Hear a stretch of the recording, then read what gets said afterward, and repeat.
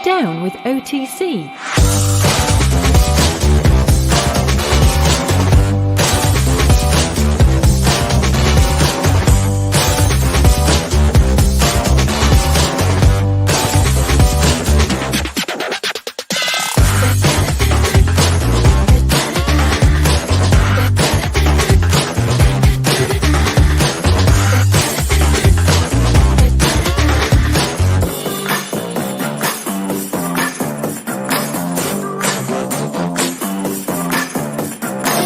Are you down with OTC?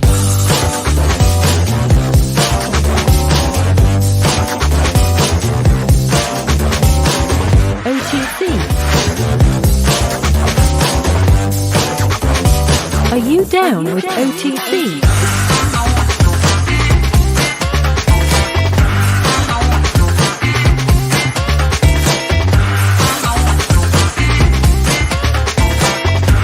Are you down with OTC?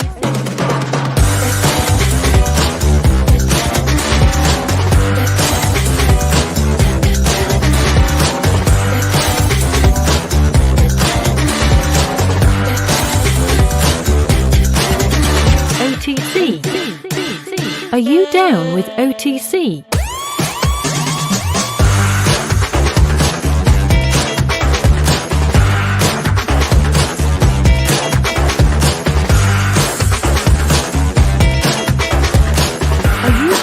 Down with OTC.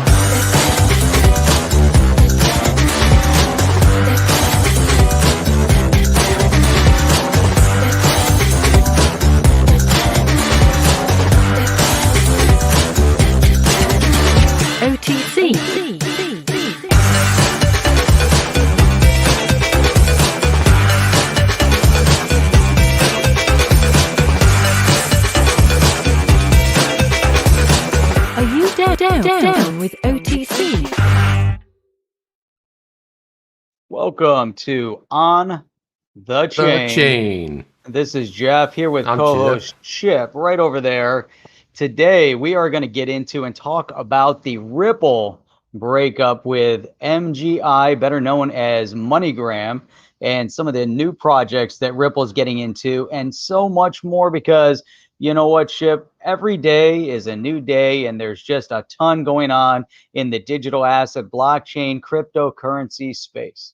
Let's do it.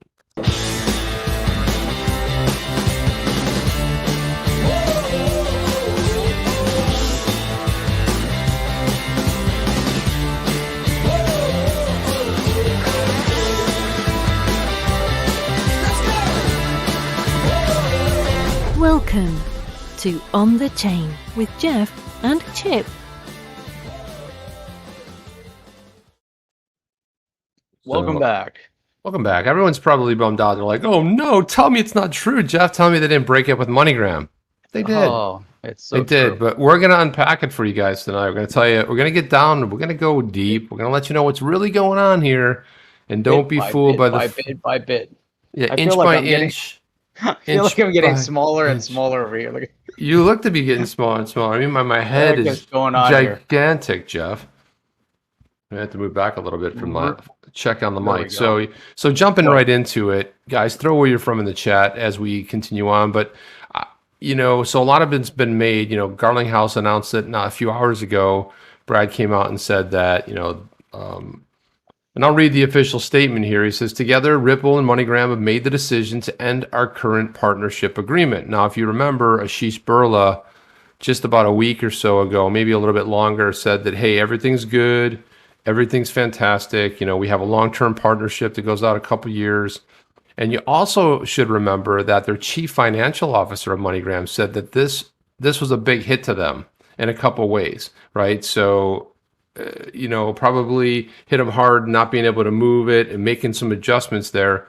I'll go on with reading the second part of this. It says, we're proud of the work we were able to accomplish in a short amount of time, as well as the impact that we were able to achieve in bringing this first of its kind product to market. Together, we processed billions of dollars through RippleNet and on-demand liquidity, better known as ODL. We're both committed to revisiting our relationship in the future. We still believe in the promise of digital assets and blockchain technology to change the status quo in global payments for the benefit of billions of consumers around the world. What's your thought on that? Change the world. Green deals. Change the world. We're talking about green money deals. I always think of that Eric Clapton song, Change the World. You know what I mean? Changing. Yeah. You know what? First and foremost, you look at it kind of on its face and you say, well, they're breaking up. Obviously, MGI, or MoneyGram couldn't hang in there any longer, and they're kind of pulling the Coinbase kind of, hey, we got to get out of here, and we're going to let you guys deal with your lawsuit on your own, and we don't want any part of this. So you can take that approach, or we can kind of dissect this a little bit further and look at it more from a business perspective and start really analyzing it from a thought process that, hey, you know what? It kind of makes sense, about as much clear sense as the Coinbase freeze of XRP also made a lot of sense at the time. Oh, exactly. And I think the key word here is says we're both committed to revisiting the relationship. If you're breaking up, you don't like go break up with, your significant other and says, you know what? But hey, we're being optimistic. We're open to we're both committed to revisiting. No, you're like, hey, go have a life, And the thing is that when there's so much uncertainty, and we saw it happen with Coinbase. Jeff, if you and I were running Coinbase, would we continue selling XRP, do you think? I mean, the first thing, I believe I would do exactly what they did. I probably would have, frozen the asset, just as they did, given the timing of it. I support what Uphold did. I think Uphold made the right decision, but I believe Coinbase made the right decision for their business at that moment in time, given the fact that they're working on their direct listing and their quote unquote IPO. What exactly. do you say? No, you're right. If they're doing a direct listing, you want to mitigate any potential risk. And it doesn't mean they don't believe in it. It doesn't mean anything, but you got to look at it from like a business standpoint. And the same way that Coinbase, you're doing a direct listing. You don't want one hair out of square. You want everything to be aligned. And so if something's wrong and it's on you, then you're at fault. But if there's something else going on when you're doing a direct listing the way Coinbase, but I also look at this partnership too. There was rave reports about it. The CEO was like, he was big time into the whole partnership, but as a money transmitter, they're also named inside of that, the Ripple v SEC complaint. So when they named them and said, hey, the money transmitter, they don't name a MoneyGram. They're talking about MoneyGram.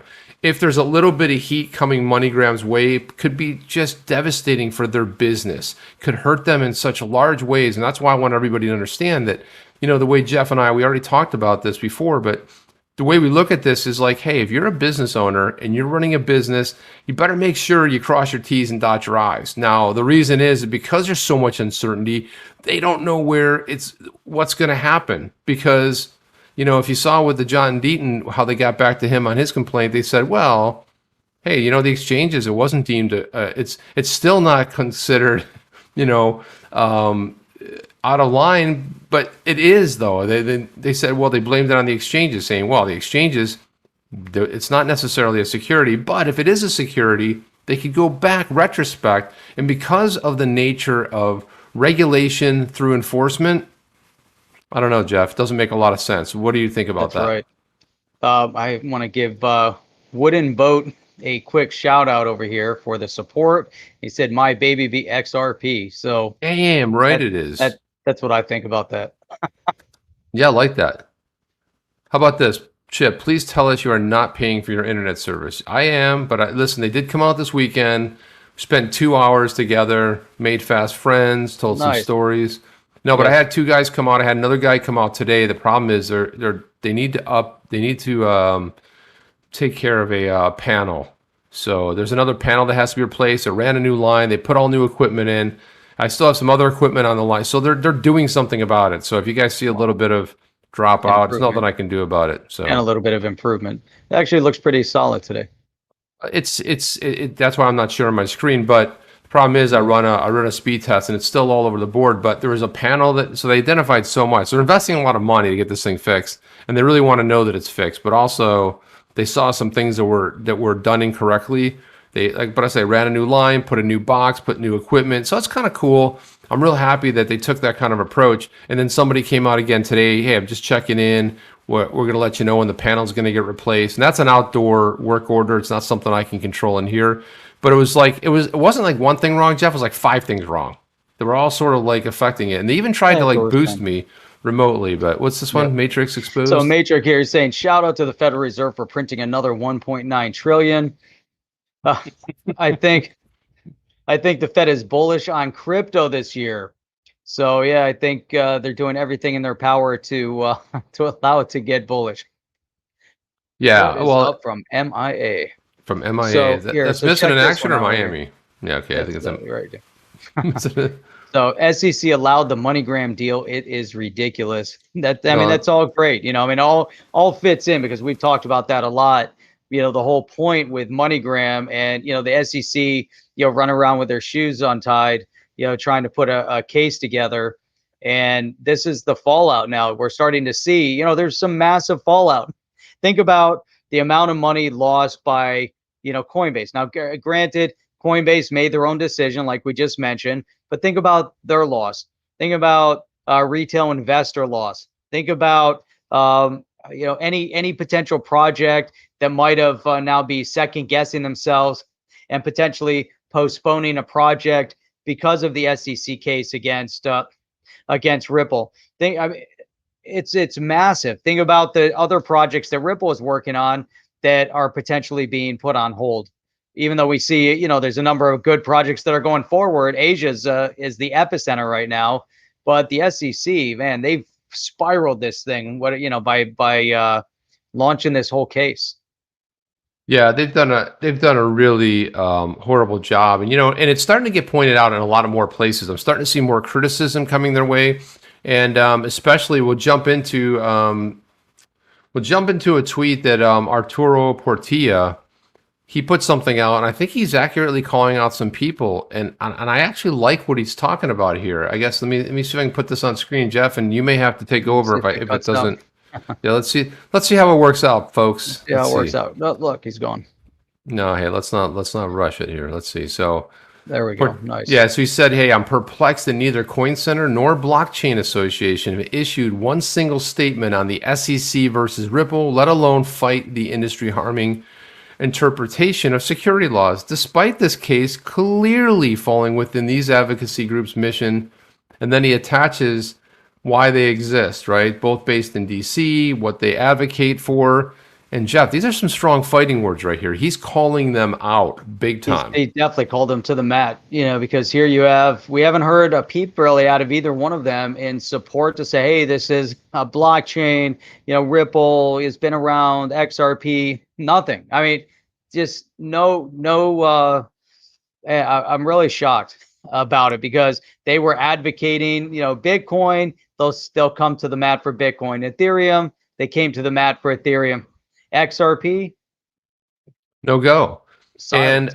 And I got to tell you, I really love where he's going with this. He said, I see no single strategic reason beyond perhaps management bias, which I think we're probably going to uncover as we get further along, for these blockchain crypto, more like BTC/ETH, Ether advocates, to not fight the SEC's harmful predilection to regulate crypto through reckless enforcement. I think that's supposed to be predilection to regulate crypto through reckless enforcement actions that destabilize the industry as a whole. Thoughts there? Boom. That's spot on. And actually, Brad Garlinghouse came out and said something very similar to that regarding the destabilizing of the industry as a whole.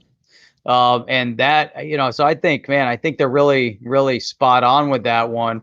I'm trying to find exactly, the statement here. I can't find it, but from Garlinghouse.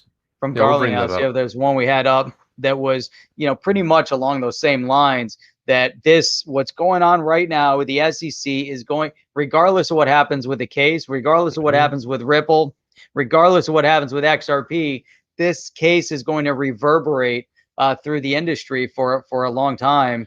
And they're setting a tone that could be amazingly great, or it could be detrimental. We're talking about a tone in the US, but whatever happens in the US is definitely going to have an impact globally. Yeah, and Garlinghouse came out in that statement. He was on HBO Max through Axios, has a show there, and they did a little segment on Brad Garlinghouse. He said exactly that. We'll get into that little tidbit from that interview, but I want to jump back in here. He says this. He also calls out digital asset markets too, and this is another advocacy group. Come on, people, let's play. Yeah. To foster fair and orderly digital asset markets where participants can transact with confidence. Okay, so he's saying these advocacy groups describe themselves as entities created with the sole purpose to help creating adequate regulatory frameworks for the digital assets. Yet, they chose to relinquish the single most important opportunity to shape the landscape because, as Brad Garlinghouse has said, as Jeff, as you and I have said, if you are looking at this as the SEC going after Ripple, you're missing the bigger picture, right? Yeah, I agree. Why are they singling out digital asset markets? You just hovered over that. What is their? It looks like they have a small following. Are they? Yeah, they're a smaller group. Do? Well, they're smaller. 1,500 followers. Yeah. But what is their advocacy? Are they in Washington? What exactly does digital asset markets do? We know Blockchain Association. Yeah, I know those two really very, well. very active. Are they active as well? I haven't heard of this one. Yeah, this is one that I'm not familiar with either. It says, okay, this is why he's going to call it out. We're going to hear about this in a second. Oh, there we go.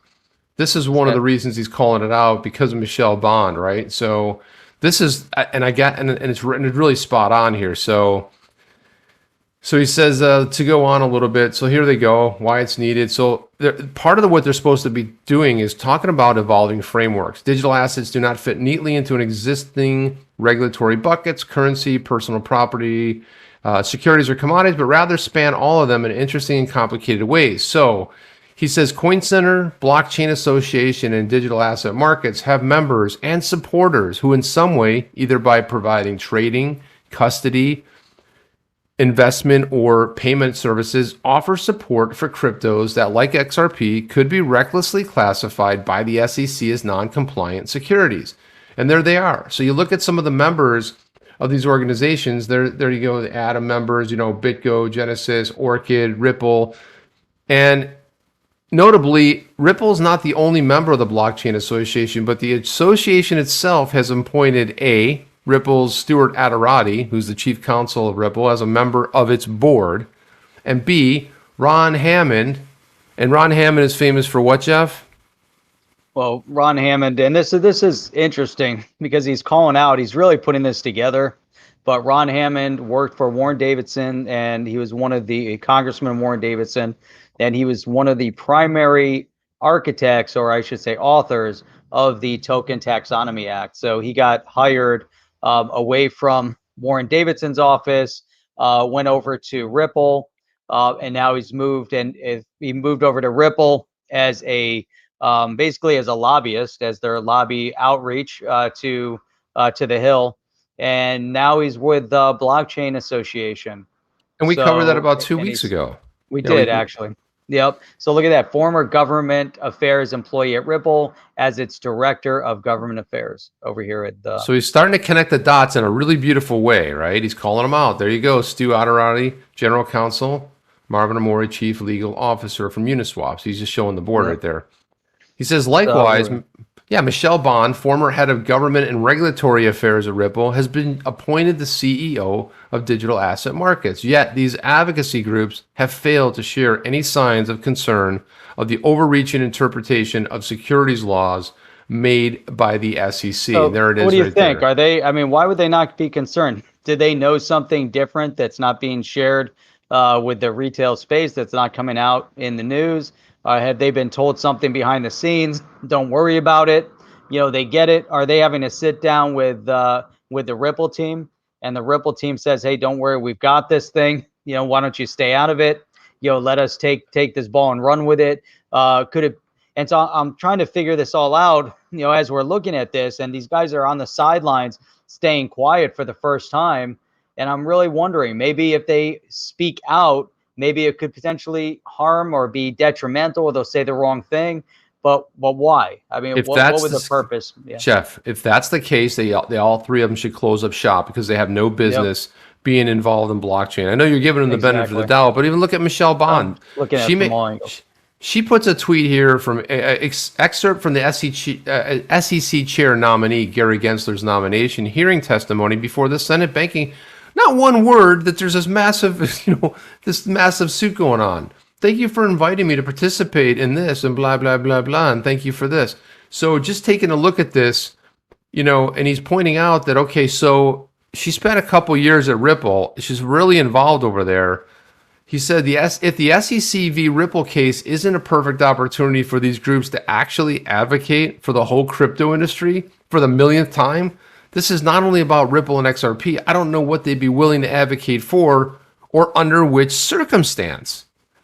That's right. Yep, exactly. So, hey, I just want to, here's Putin the cereal here. Again, these groups have companies and exchanges in their structure. They don't dare poke the SEC to draw the ire at their companies. Spineless. And, that's a really, solid point. We were just talking about that yesterday as well, about the possibility, of, what would it mean if you do get, if you are outspoken, if you do come to the aid of a Ripple and you try to get, you kind of get drawn into this thing, what are the ramifications of all of that? So I get each group, but there's an advocacy group. Right. So as an advocacy group, at least issue a statement. Just come out and say, hey, here's our feeling on it. Here's our statement. And that's it. It's kind of crazy to stay silent on it, right? At the very least, why not put a statement out that says something to the effect of, we understand, the SEC has actually filed a suit against Ripple or filed against Ripple. However, it's not, we view this as an attack on the entire crypto, market space, right? Because that's exactly what it is. Because if you think that XRP or Ripple is the only thing at stake here, I think people are sadly mistaken. And as an advocacy group, thank you, Mr. K.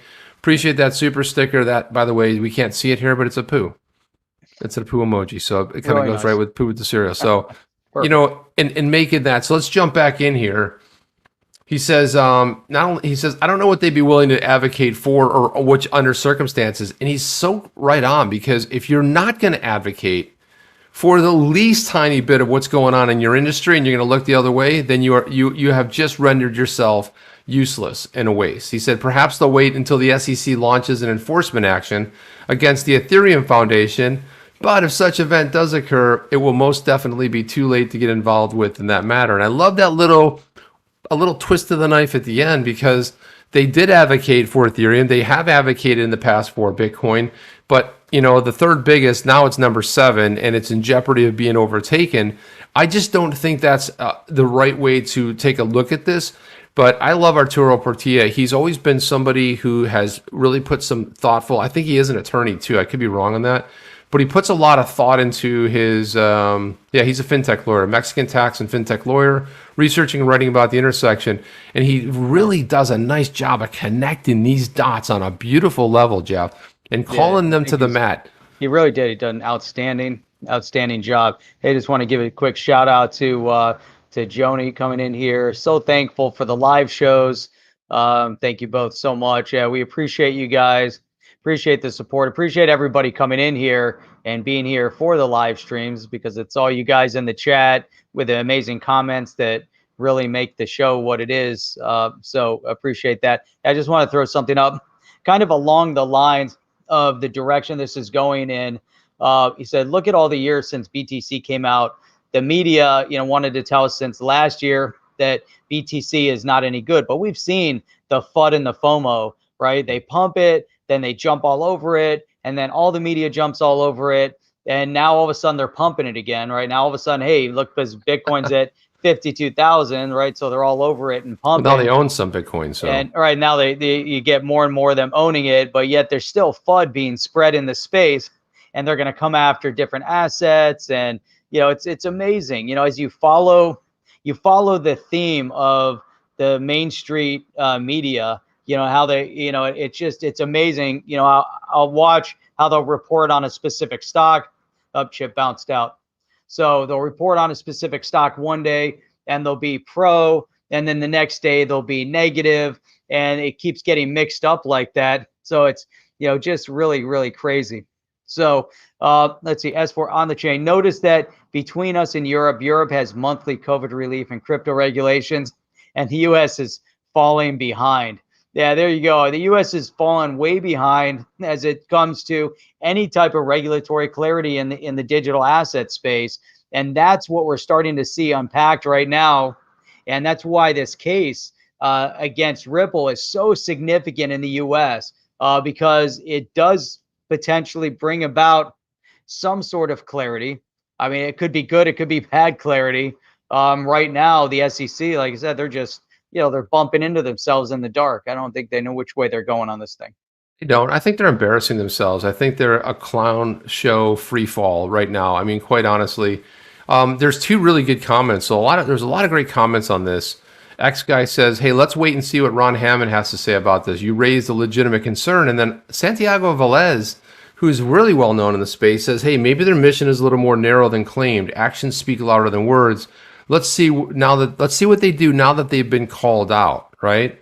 So I actually really like the fact that, someone like Santiago Velez is chiming in here and saying, hey, man, you've just been called out. He's a co-founder of R&D and lead at Block Digital. He's like not just like a nobody, but he actually works and, eats and breathes crypto all day long. And he's saying, hey, yeah, it sounds like their mission is a little more narrow than what they're going out there and saying. And then Jeff, check this out. So now you have Niraj Agarwal, right? What is he saying there? So here we go. There it is right there. Don't expect Coin Center to advocate for XRP not being a security like it did with Bitcoin and Ethereum. Look at who retweeted that right there.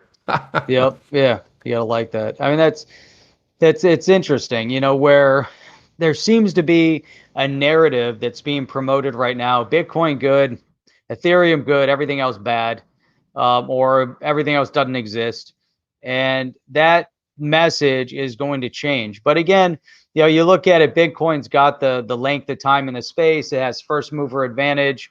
It's gaining notoriety through name recognition. So it's been around for the longest period of time. But we're starting to see some of the other key projects starting to creep up into common, mainstream conversation from a business perspective as they start getting more into blockchain and more into DeFi.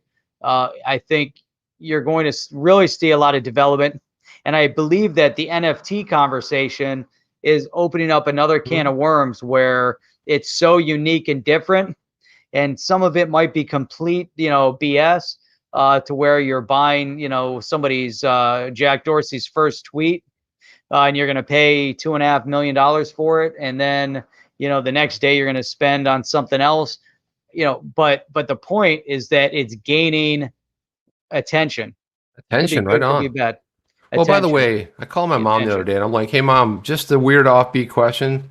Did you happen to save my first diaper? I was thinking, take a photo of it, burn it like they did with the Banksy, and then I can then I could actually put it up there like the first, and Putin and cereal would love that too, because it's the very first one, right? Not in the cereal, made it into the diaper. I'm like, but that's, we're laughing about that, but that's where we're headed with this whole thing, It's like, I love it. It could go there. Yeah, and I wonder if you can start auctions. When I had an eBay store, we sold everything. We started the auction at $9.99, regardless of what it was. I could sell, expensive baseball card or piano or, something else, and you list it up at $9.99 and it goes, because that's the value, is the market value. Does the same thing, occur in the NFT space? Do they have a starting dollar amount and then you get the auction fever over the NFT? What do you think? Is that like boogie fever? No. So look at I want to say this. So S400 says, hey, why don't you guys run for Congress? They make changes, form a well-rounded crypto industry in the U.S. Love to vote for you. Yeah, quite honestly, don't think Jeff and I haven't talked about that. But my God, I don't know if I want to be involved with swamp dwellers and underhanded and knife twisters and all that stuff. I almost feel like we could do a pretty solid job on that. So I forgot what your question was, Jeff. I'm sorry. I saw that comment. I had to toss it up there. I said peanut butter jelly. I like it. I'm into it. So let's jump into some really good news. I got to tell you, what's happening with Ripple and Asia, it's on fire. There's been so much good news out of there. So they put this out today. We're thrilled to announce our partnership with Mobile Money, a Malaysian mobile wallet company, through RippleNet's Ripple Global Payments Network. Mobile Money is connected to bKash, Bangladesh's largest provider of mobile financial services, MFS, which serves over 45 million users. The partnership will power seamless wallet-to-wallet payments to serve the remittance corridor between Malaysia and Bangladesh. Jeff, this is good news. It's like, this is good news. That's what I'm talking about. bKash and Mobile Money will gain access to a wide range of RippleNet's features, including wallet-to-wallet transactions, mutual trust bank, MTB, and they'll work with a local partner in Bangladesh. So I'm just telling you, they're on fire. And this is where everyone's going like, oh, the SEC. Ripple doesn't care. Ripple's like, yeah, okay, we're doing this thing. But listen, we're getting to business. And the rest of the world is a lot smarter than what's going on in the U.S. right now. We're going to pretend like it doesn't. We're just going to do our business. What do you want them to do? Go cry in a corner? Yeah, pretty much. No, Jeff, they will never give up. They will never relinquish. They will never give up. Never give up.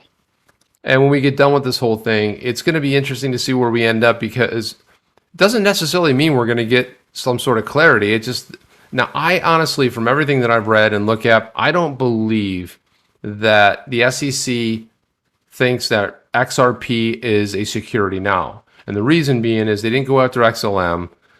They didn't go after Jed McCaleb for selling his. They allowed the partnership to go on and for Ripple to purchase 9% of MoneyGram, knowing full well that it would be done with XRP. So there's a lot of chances they could have done enforcement there. It's like if you were going to go there and they said, yeah, we don't care, because I don't believe that they look at XRP as a security today. I think what they're more miffed about is the fact is if you go back in time, then there's this whole thing that we see, and let's get your thought on this, Jeff, but this whole idea of the escrow, right? I hear so many people talking about the escrow out there, and they want to get their hands on it. Well, it's sitting, half of the XRP is tied up in escrow, but it's not like they have anything to do with it.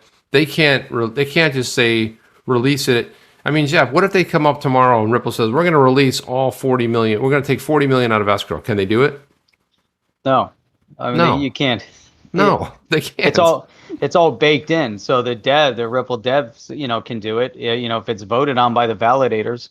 But other than that, right, it has to go through the voting process. So, I don't know. People keep talking about that, but here's something kind of along these same lines, which I thought is interesting. It says here, hosting a CBDC, only one of Bitcoin, Ethereum, or XRP can do it. Says a report. There was a report written about building the XRP or building CBDCs, and how are you able to host them?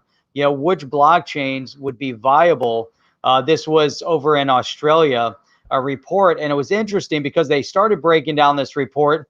There's really no links in this article, so I was trying to find something a little bit further that we could dig into. But there's some interesting statements, but they go into and they focus in on the three assets. One, Bitcoin. Look at it. I like this. Bitcoin continues to puzzle and confound lawmakers in most jurisdictions. Yeah, I think that's a pretty much accurate. They're a little bit lost on it, Bitcoin and all. Ethereum suffers from many of the same pitfalls as Bitcoin when it comes to hosting CBDCs, according to the report. Okay, it doesn't really say exactly what, but that's not really the point. I think it's interesting because eventually they get into this. Ripple and XRP enjoy the trust of many banks as a model for CBDCs because it's highly centralized and it is based on a permission network where only certain network nodes can validate transactions, as opposed to decentralized and permissionless Bitcoin and Ether. Yeah. So, well, I mean, I think when you have it's not that XRP wasn't around before. Ethereum started in 2014 in July when they did we'll call it their ICO, right? And then 2015 when they rolled it out. The problem is that look where they're stuck in right now. They chose a path that was very separate and different. There he is. There he is. What's going on? Big guy. Oh, he's got nothing to say? That's it? You don't want to say anything? You don't want to say anything? Nothing? Come on, man. Wait a minute. How's that? By the way, ask him how that research is going for us. He's doing some... It's gone. Hey, you're supposed to be doing some research for us, right? Yeah, how's that going, man? We're supposed to be... Did you figure that out? You're working on our sponsors? What's that? Yeah.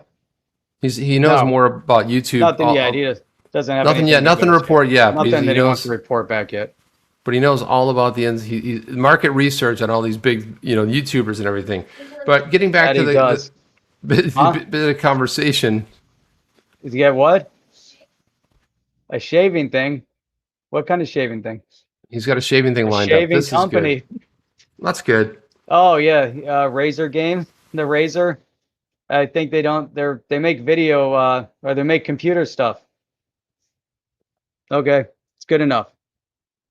The Razor gaming, that's what he's in on. That's what he's working on. All right. Well, you got to start somewhere. So when you look at Bitcoin, it's like the technology. There's a problem with the proof of work, and I think Ethereum's in a really vital sensitive position is kind of the word I'll use, because they keep talking about 2.0. Well, meanwhile, you got smart contracts that are moving very well over, to the Flare side of things, right?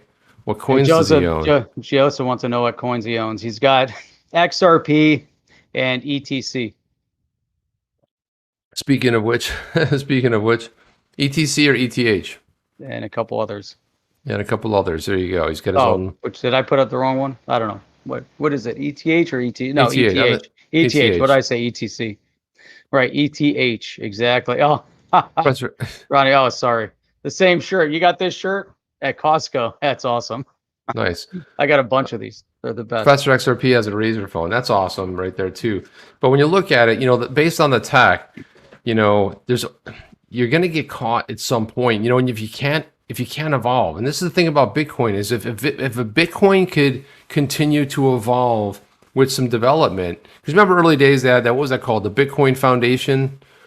I think that's something like that early days that kind of fizzled out, whatever. But the problem with that and Ethereum, the Ethereum Foundation is, are they going to be able to make the jump in time? I'm not saying, it looks like Ethereum could be Bitcoin 2.0 in the sense that it looks like it's more of a store of value than it is actually a use case. Now, its primary use case was, obviously minting a billion or trillion ERC20 coins, right?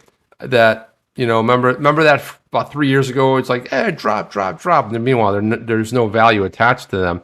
But they're in sort of a really bizarre scenario right now, because now you got something like Flare that's like bringing up the back.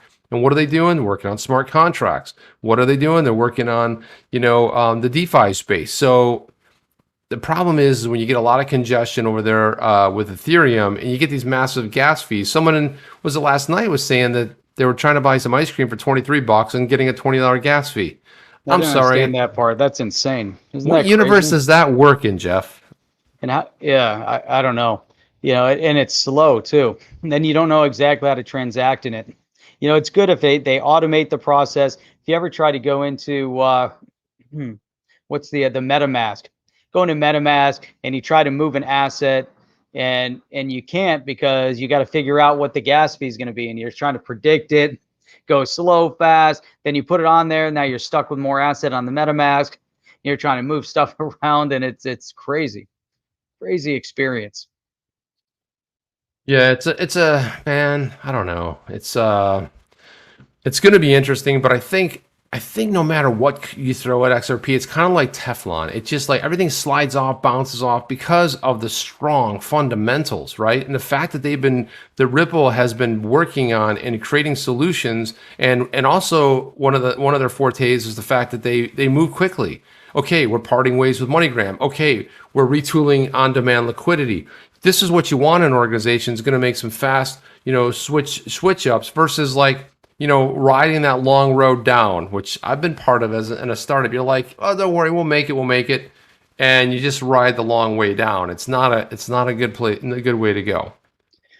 Yeah, somebody brought this up here. He was saying maybe they want to stifle XRP to make way for another coin like JPM coin, and actually JP Morgan seems to be getting more active with the JPM coin. and they're more active with their network as well. They're really trying to pull their payment network together. The main issue with JP Morgan, as they pull the network together, is that you have a lot of banks that aren't going to want to work with them directly or work on their platform. So they've kind of preserved their payment rail mainly for their partners, and that's it. So if you're a partner with them, you use JPM, the JPM coin, you're in their ecosystem. Other than that, you're not in their ecosystem. I think one of the points that we're getting out of a lot of a number of the new projects is interoperability. Obviously with the XRP ledger, you get interoperability, and I think you also get interoperability with Flare, and there's a couple other projects that are interoperable. I love this. Funny. I love this chat. That is so right on. You're right.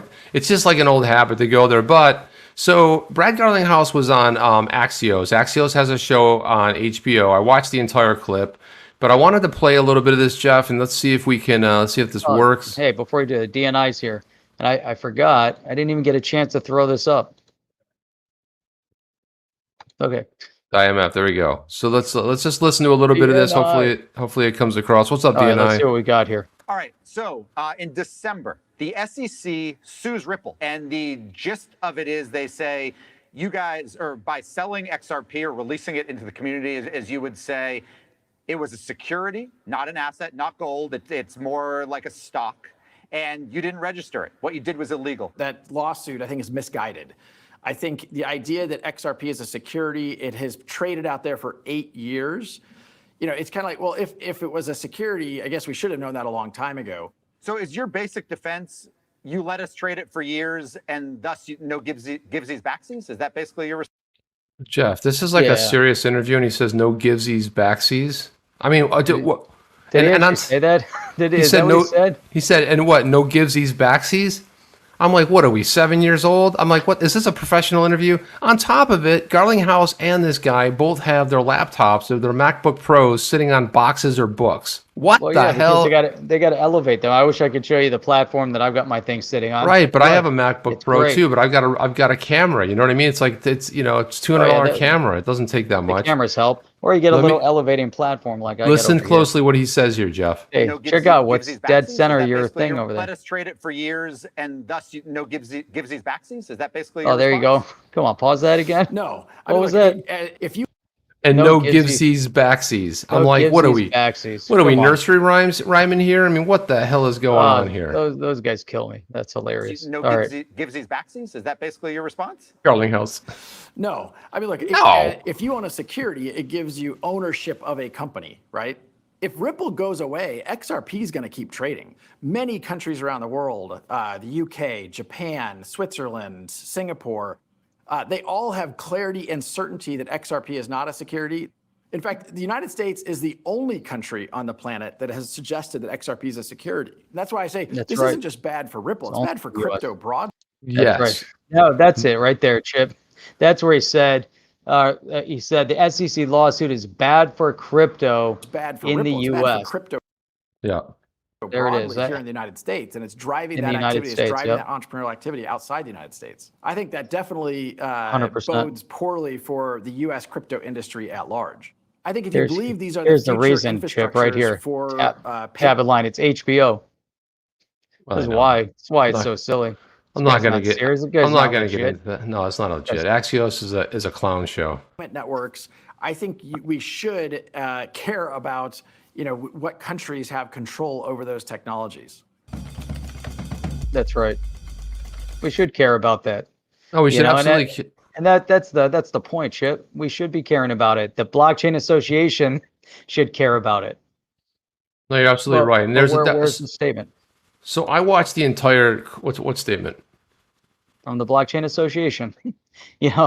Everybody should care about the future of cryptocurrency in the U.S. Come out with a statement, something. It goes back to what we were talking about earlier.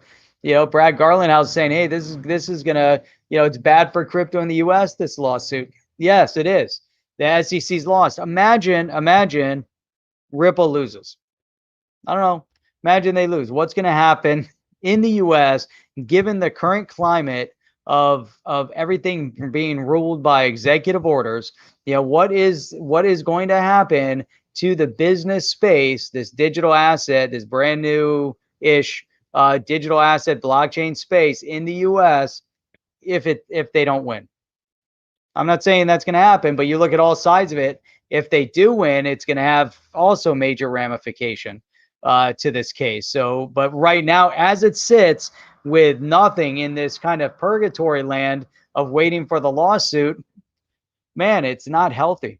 It's definitely not healthy. And this all could have been avoided. This all could have been avoided had, Congress done their job and the SEC done the job. That's pretty obvious. It is, but I do want to focus. Let's focus some more on some really good news that's happening. So there's a report out that Ripple / XRP being discussed as a possible platform for the digital euro. According to According to a report from outside the U.S. Of course it is, Jeff. I mean, where else would it be? The Central Bank of France has discussed Ripple XRP as a possible platform for the digital euro. The report describes the RPCA network as a permission network that enjoys confidence of many banks as a model for CBDCs. And awesome. Look at this giant ad. Look at that. Look at that. Right, dead center. What was that? Defrost. Yeah, and it says, in the section titled XRP, the digital token of Ripple, CPA Australia refers to Ripple as an alternative platform to Ethereum. It sure isn't. It's like in another, like a library and another book and another shelf. Ripple's an alternative platform to Ethereum. XRP is the principal currency used on the platform with the capability to facilitate payments like any currency or card. Ripple has its own patented technology, the Ripple protocol consensus algorithm, to verify transactions. So when we look at this whole idea of the platform, one of the things you don't know about Ethereum, you don't know what the gas fee is going to be always, right? But you know what? When you transfer money, you know what the drops, you know how much it's going to cost you? A drop, 2 drops, 0.00001. That's right. How do you like it? Ethereum is just crappy. It's not even that, Cameron. I'm gonna even retract that statement. It's not even good enough to be crappy XRP. It's just crappy. I don't. Ethereum has its position. I believe there's use cases for all the different digital assets that are builders in the space. There's some digital assets that aren't, we talk about this, Chip, that are solutions looking for problems, and then there's solutions that are there to solve a problem. Those that are in the payment space are solving a problem, but Ethereum is definitely, again, first mover advantage, important to the space. Smart contracts are critical to the ecosystem as we develop. If they can figure out the gas fees, Ethereum as a building blocks platform look what it's created. Look at all the ERC20 tokens built on Ethereum. Without Ethereum, the ecosystem is going to be about that big. So Ethereum's needed. If Ethereum didn't exist, then we might not even have Flare right now today to be talking about. Oh, that's a good point, Jeff. The XRP ledger, it has a lot in it, but it doesn't have the smart contracts per se. Right. Or the DeFi aspect. Or the DeFi. Now you can bake the DeFi and the smart contracts onto the XRPL utilizing the technology, because the XRP ledger is amazing, in itself. It does amazing things. Look at MoneyGram was using the ODL, the on-demand liquidity, which is, utilizing XRP, utilizing the XRP ledger in the foreign currency exchange. That's what they were using it for. And that's amazing. You can't do that with Ethereum. Can't do that with Bitcoin. No. But I'll tell you what, something else, Chip. I'll tell you on that. I saw who just. Man, Berserker. All right. I knew you were going there. So listen, so here's why they like it now. This is one of the really interesting paragraphs here. I think it's more true now, but I think when they were looking at it, they sort of got it wrong, but I think they sort of got it right now. Let's jump into it. So it says Ripple and XRP enjoy the trust of many banks as a model for CBDCs because it's highly centralized. And it's based on permissioned network where only certain network nodes can validate transactions, as opposed to a decentralized and permissionless Bitcoin and Ether. Ripple. Now, at the time that they did this, Jeff, they were absolutely spot on. But right now, with this new, I guess you call it the XRPL that's private for the banks, it's kind of like maybe they caught wind of that, or did they not know about that? Because they're calling attention to the fact that, because actually decentralization and permissionless is superior, but in the context of a bank, it says Ripple also allows the creation of new currencies, and Ripple developers can decide the timing and quantity of supply in a similar way. So what they're talking about there, Jeff, when they start talking about the creation of new currencies, would that include a CBDC potentially? It definitely could. CBDC, other stable coin. The CBDC is going to be key. You look at, if you look right now, what's going on over in Asia, and Ripple and XRP, they're, both doing fairly well over in Asia. XRP doing well. A lot of investors buying the XRP, over in Asia. Ripple, making a lot of inroads business-wise over in Asia. China, with their digital yuan, a completely centralized digital currency, has nothing to do with blockchain, 100% controlled, and they can make as many as they want, for as long as they want. But the idea of the CBDC and try to build it on a platform that is proven, to me makes a lot more sense. Oh yeah, and then that's 100%. And then I saw this little tidbit right here. RippleNet's clients, Currency Cloud and Wealth Tech, are prepared to launch a international payment service. Yep, that's good. Papers report that, remember, this is translated from Thai. So it says, Papers report reveals that a large B2B payment solution company and RippleNet customer Currency Cloud signed a partnership agreement with 42 Wealth. That's a UK headquartered company, followed by Currency Cloud, to help 42 Wealth launch multinational payments and currencies around the world. Geez, now Jeff, I wonder, how would they possibly want to partner with somebody who also is a partner of Ripple? What reason would they be when they're doing these cross-border payments and settlements? What reason would they possibly have to be using a Ripple type partner? Can you put your hand on it by chance? It makes no sense. Yeah, I can't wonder. I even wonder why. Could it be because of the fundamentals of how quickly and how inexpensively you can transmit, and the interoperability of the XRPL? Might have something to do with it. Might have something to do with it, Jeff.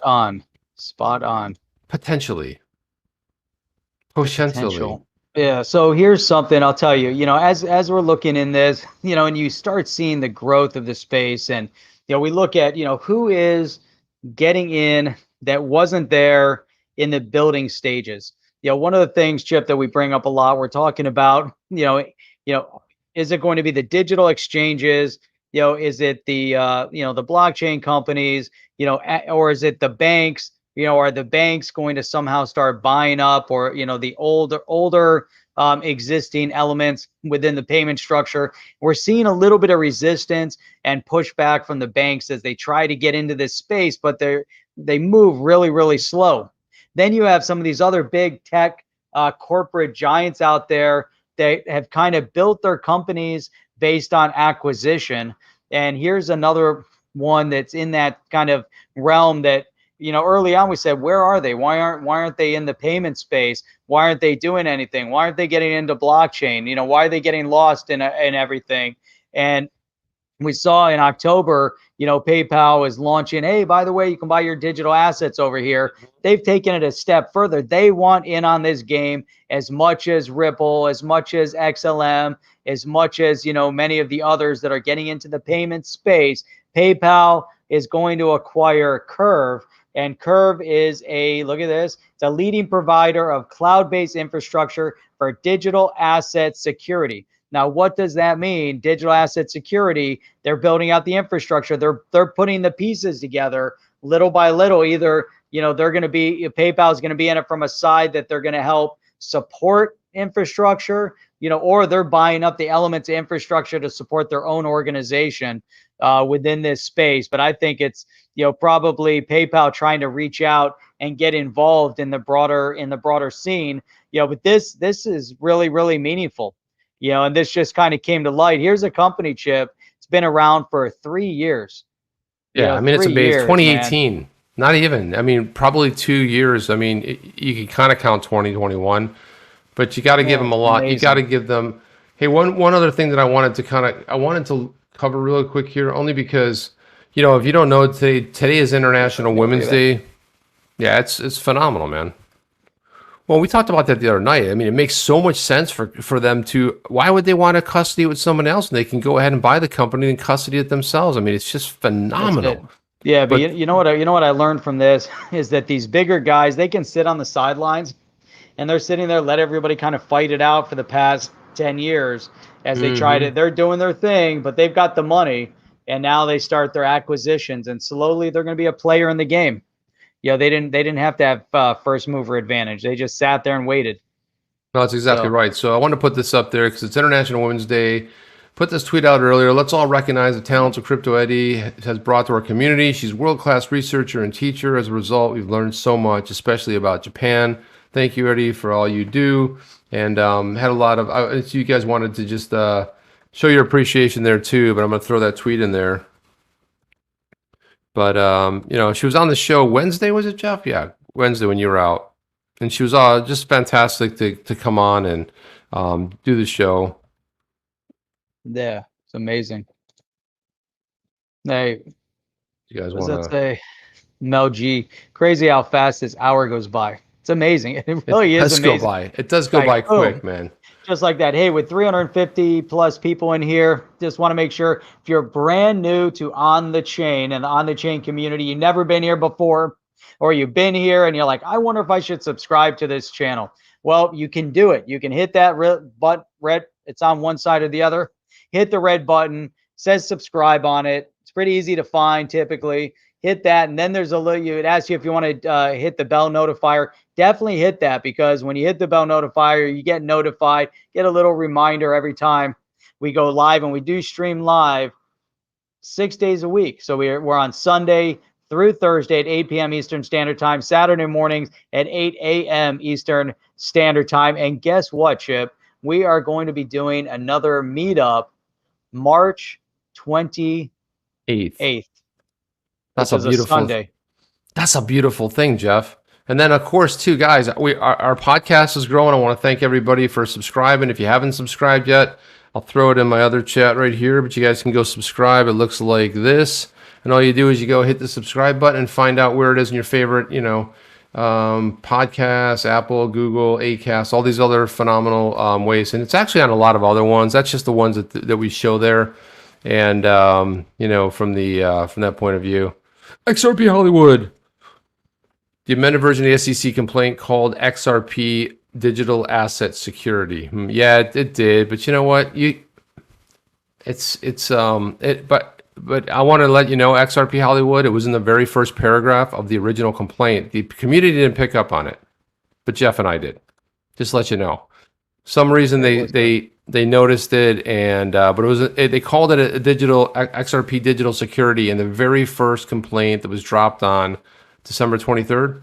It's in the first page. You'll see it there, and you'll be like, "Oh my God, I never saw that before." Because I went back and Jeff and I did a compare to see what changed, and we did a breakdown on that, and then we kind of noticed that it was the same. But I think we brought that up like back in December.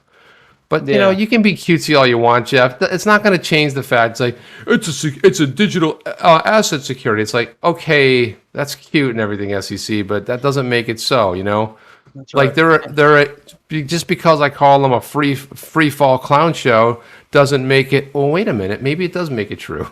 Maybe that does make it true when we say it, Jeff. It's way better, right? That's right, exactly. So Mel's saying, when are we going to show the info? It's actually another virtual meetup. So yeah, virtual meetup. No confusion there. So everybody that's here can attend. But virtual meetup, we did one about a month ago. Super successful. We got a great software, allows you guys to all sit at different tables and intermingle with one another. It's going to be outstanding. So that is going to be on the 28th. We'll start sending out, you know, how you subscribe and all that good stuff. Yeah, by the way, Crypto Eddie, I don't know if you saw that shout out I just did to you, but I just did a shout out on the International Women's Day and thanking you. You probably saw it because I know. But it says, hey, have you thought about SBI purchasing MoneyGram as a possibility? Whoa. I have not thought about that, but I think it makes a lot of sense. That's a good one. I never thought about that. Man, can you imagine that, Jeff? SBI. Then all of a sudden, SBI, it's like, and SBI is going to be like, listen, we think you're going to be getting together, the boys back together pretty soon, and we're going to be making boys and gals. I'm not going to say, but you're going to get the team back together, and you're going to do a little of that. That's a really great observation. Crypto Eddie. I got to make the little R there. Oh, damn. Yeah, so no scotch tasting. Well, you can scotch taste all you want at the virtual meetup, but since we are noticing that there is a good group of local South Floridians, and in this group, we may have to in the very near future have an actual in-person meetup somewhere in the peninsula. It's Florida Peninsula. It's a peninsula. It's a giant peninsula, Jeff. Who doesn't want to come to Miami, especially if it's like winter somewhere? You just come to Miami, fly into Miami. But until we get there, we got some other things planned for the rest of the year. But part of it's going to be this, we did Crypto Eddie, by the way, she was there last time. It's just fun to meet people, and listen to them talk. There were so many interesting conversations breaking out that I would go in there and just sit there and listen because, we talk all the time. But man, there was some just crazy conversations. One of the things that Jeff and I have done is, in sponsoring this is that we've made it a safe place. The same way we'd go to a restaurant or a bar or some club to go have like a real get together. There's no recording of the stuff. It's not going to be put anywhere. We can let our hair down. We can be ourselves, and we can just communicate. You can you can show your camera. A lot of people, I would say 95% of people showed their camera. I think everybody did. You can put whatever your name is. You don't have, we want to protect identity, but this isn't going to be recorded so we can put it somewhere or cut it up. We don't do any of that. This is just for the people that attend it, and it's a safe place for you guys to be there and meet and really just be part of this community and talk about digital assets and argue. And there's some arguing in there, and I was just laughing, but it was done in a fun way. So it's I really an awesome thing. Yeah, it's awesome. So hey, you guys are outstanding. Great community here. I'm loving just reading through all the all the comments and questions. We've got people in here from Miami. We got people in here from Hollywood, Fort Lauderdale, all over the place, Orlando, people on the West Coast, and people are willing to fly down to Florida. So, this meetup's going to be virtual. Maybe the next meetup will be in person. But there's a lot of things that we have planned. So stay tuned for all those things. And until then, Chip, I think we're going to be on again tomorrow night. We'll be on again tomorrow night. It's only Monday, man. This is going to be. Feels like a Wednesday. I'm feeling a good vibe running through this week, Jeff. There's a good vibe running through that. We're feeling great tonight. Monday, we kick it off like this. So we got a great week coming up. So we'll have more stuff for you planned tomorrow night. Guys, we'll see you on the next one exclusively on The Chain. Chip and Jeff out. Are you down with OTC? Please like, subscribe, and click the bell to be notified when the next video drops.